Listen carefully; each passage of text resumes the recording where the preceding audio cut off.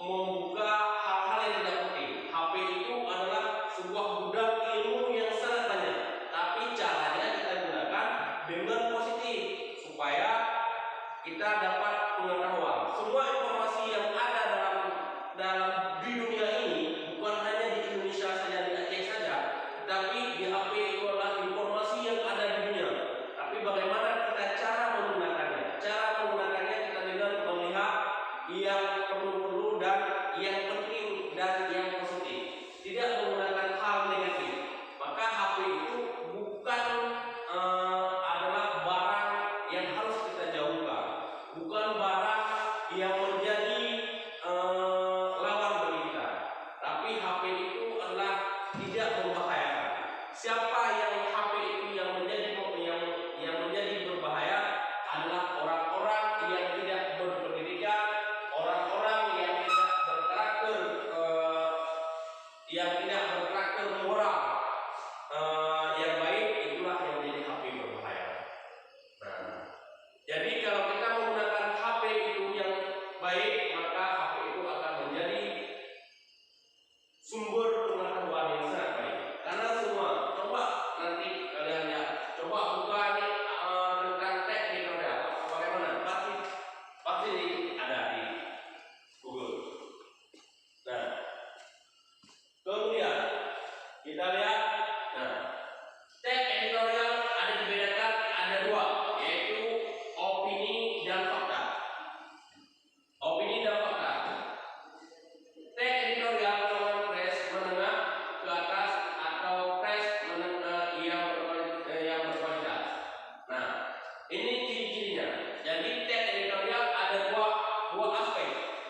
Ada teks editorial yang berbentuk opini, ada teks editorial yang berbentuk fakta. Nah, jadi teks editorial itu ada golongannya, ada golongan press menengah, ada golongan press menengah ke bawah. Nah, bagaimana press menengah bawahnya? Ini kita lihat yang teks menengah ke atas. Nah, hati-hati tidak menyebut nama orang, normatif menurut aturan yang berlaku, cenderung konservatif, bersikap sesuai dengan keadaan, serta mempunyai ciri khas tertentu. Nah, ini adalah teks editorial yang menengah ke atas. Sementara teks editorial yang menengah ke bawah lebih berani langsung menyebut nama orang, atraktif, mempunyai daya tarik semua kalangan, progresif, bersifat memberi perubahan kemajuan, lebih memilih pendekatan sosiologis daripada pendekatan politis. Nah, jadi ini ada dua golongan juga dalam kita lihat, ada editorial yang menengah, ada editorial yang ke bawah, dan ini yang disebut dengan bersifat opini. Kalau bersifat opini, kategori yang berisi pembicaraan atau teks pendapat. Nah, sementara yang bersifat fakta, ia kategorinya isi atau pernyataan yang tidak mengada-ngada. Jadi beda, kalau opini itu adalah gagasan rektor yang disampaikan. Sementara ini yang bersifat fakta. Nah, ini kita lihat teks editorial. Nah, sifat editorial secara umum. Bagaimana sifat editorial secara umum? Secara umum, nah, yang pertama krusial, yaitu tulisan secara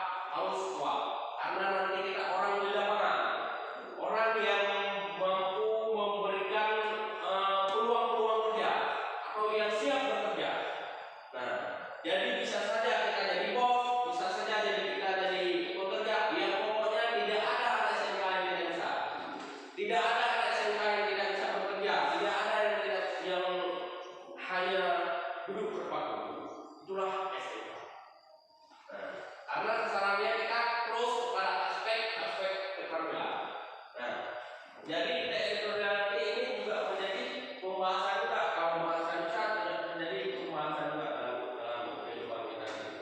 Nah, secara umum, yang kedua, situasi yaitu isi menyikapi situasi yang berkembang di masyarakat luas, baik aspek sosial, ekonomi, kebudayaan, hukum, pemerintahan, olahraga maupun hiburan. Hal tersebut bergantung pada jenis liputan media. Nah, kemudian konsisten, yaitu memiliki karakter yang konsisten, yang teratur kepada para pembaca terkait sikap media massa yang menulisnya. Yang keempat, politis, terkait erat dengan media atau kebijakan media yang bersangkutan. Nah, inilah empat sifat secara umum. Jadi ini, jadi yang sering dibahas dan yang sering kita lihat pada teks editorial ini. Nah, lanjut. Nah, ciri-ciri teks editorial. Ciri-ciri teks editorial yang pertama, opini redaksi tentang peristiwa yang sedang ramai dibicarakan. Apa peristiwanya? Kalau sedang pilkada bisa jadi tentang politik. Kalau sekarang tentang virus corona, ya kan? Sedang membicarakan atau hal-hal yang lain yang terjadi di masyarakat. Ya, terdapat ulasan terhadap suatu masalah yang dimuat, baik skala nasional maupun internasional, mengandung pikiran subjektif redaktur. Nah, pernah nggak Anda lihat di Metro TV setiap pagi pasti ada editorial. Tapi ini berbicara editorial, orang berbicara media cetak. Jadi ada pada koran-koran atau pada majalah-majalah. Nah,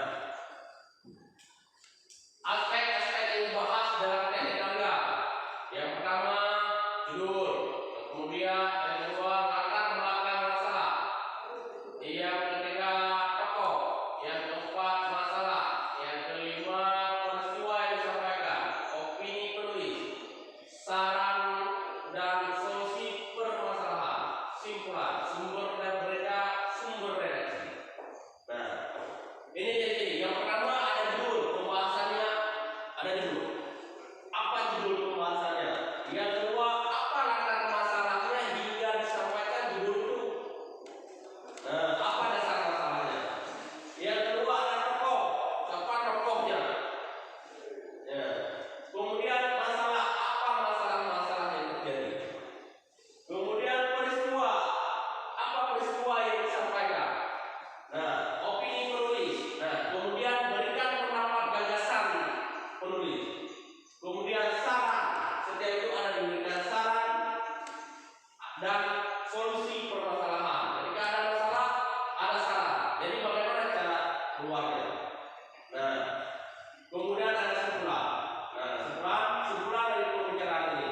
Nah, sumber data dari mana berita ini yang terjadi dan anggota redaksinya. Nah, itu jelas. Nah, ini yang oke. Terima kasih. Semoga anak bapak sehat selalu dan dalam lindungan Allah yang Maha Kuasa serta tercapai cita-cita. Amin. Nah, oke.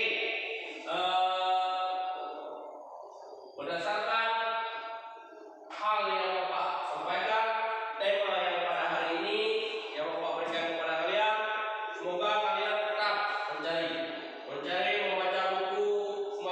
Semakin banyak membaca kita, semakin banyak pengetahuan. Jadi membaca itu adalah jendela ilmu. Semakin banyak membaca, semakin banyak dapat informasi. Gunakan HP secara positif. Baca semua bahan-bahan yang diberikan oleh guru, judul mata pelajaran, tema pelajaran yang diberikan oleh guru. Silakan ketik di HP, di Google, nanti akan keluar. Kalian akan bisa menambahkan pengetahuan